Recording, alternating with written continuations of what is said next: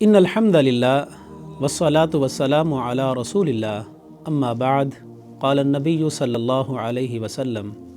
لا تقوم الساعة حتى تقتتل فئتان عظیمتان من المسلمین او کما قال النبی علیہ الصلاۃ والسلام۔ آج ہم بات کریں گے قیامت کی علامات صغریٰ میں سے 9ویں علامت پر۔ 8 علامات آپ سماعت کر چکے ہیں، آج 9ویں نشانی ہم اس کی بیان کرتے ہیں۔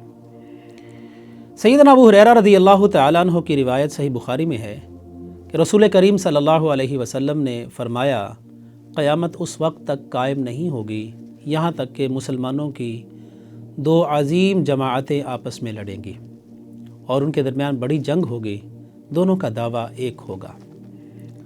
اور بعض روایات میں یہ اضافہ بھی آتا ہے، آپ نے فرمایا کہ ان کے اختلاف کے وقت میں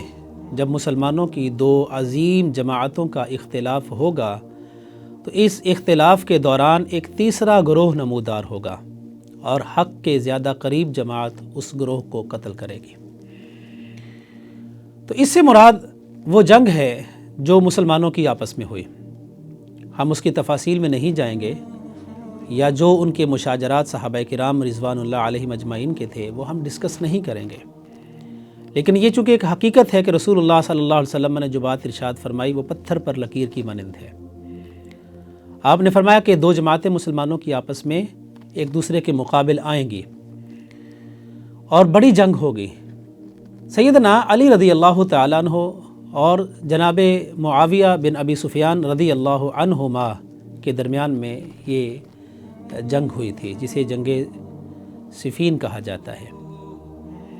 اور پھر یہاں سے ایک تیسرا گروہ نمودار ہوا تھا جنہیں ہم خارج کہتے ہیں۔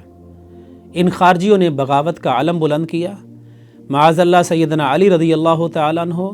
اور جناب امیر معاویہ رضی اللہ تعالیٰ عنہ ان پر الزامات لگائے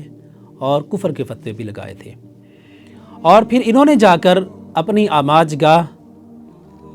اور اپنی ریاست قائم کر لی تھی۔ پھر اس کے نتیجہ میں جب انہوں نے قتل و غارت گری بھی شروع کر دی تھی تو سیدنا علی رضی اللہ تعالیٰ عنہ نے ان کے خلاف ایکشن لیا اور جنگ نہروان ہوئی تھی، جس میں تقریباً ان خارجیوں کو قتل کر دیا گیا تھا۔ اور یہ وہ گروہ تھا جس کے بارے نبی صلی اللہ علیہ وسلم نے یہ بھی فرمایا کہ قرآن پڑھیں گے لیکن قرآن ان کے حلقوں سے نیچے نہیں جائے گا، اس کا اثر ان کی زندگیوں میں نظر نہیں آئے گا۔ قرآن پڑھیں گے لیکن دل کے اوپر اثر نہیں کرے گا۔ سیدنا علی رضی اللہ تعالیٰ عنہ نے خوب ان کا قتل عام کیا تھا، اور یہ جو حق سے نکل جانے والے، اسلام سے نکل جانے والے لوگ تھے انہیں قتل کر کے جناب علی رضی اللہ تعالیٰ عنہ نے فتنہ کی سرکوبی کی تھی۔ تو رسول کریم صلی اللہ علیہ وسلم نے اس حدیث میں جو قیامت کی ایک علامت بیان کی، مسلمانوں کی 2 جماعتوں کا آپس میں اختلاف اور لڑائی ہونا، یہ بھی پہلے دور میں ہی آپ علیہ الصلاۃ والسلام کے دنیا سے جانے کے کچھ عرصہ بعد ہی یہ نشانی پوری ہو چکی ہے۔